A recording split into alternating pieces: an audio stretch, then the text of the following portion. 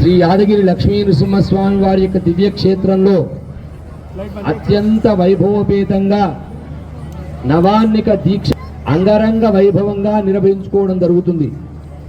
ఈరోజు 3వ రోజు కార్యక్రమాన్ని మనం నిర్వహించుకుంటున్నాం. ఉదయం స్వామివారు వటపత్రశాయిగా మన అందరికీ కూడా దర్శనమిచ్చారు.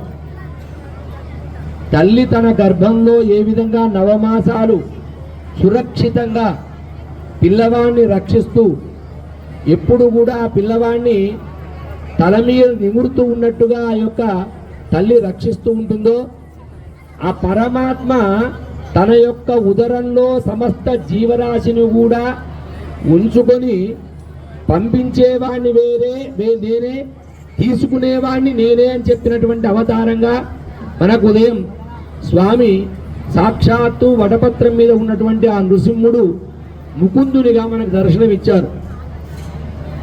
మనకు సద్బుద్ధిని ప్రసాదించే అవతారం అదైతే, మనకు చక్కని జ్ఞానాన్ని ఇచ్చేటువంటి అవతారం ఈరోజు హంసవాహనారూఢుడైనటువంటి నృసింహుడు. అసలు నారసింహస్వామి ఉగ్రస్వరూపం, హంస పరమ శాంతమైనటువంటి హంస రూపం. ఏంటి నృసింహస్వామి యొక్క హంసవాహనం మీద రావడం ఏంటి అంటే, విరుద్ధమైన స్వభావాలైన ఆ హంసను పుట్టించింది కూడా నేనే.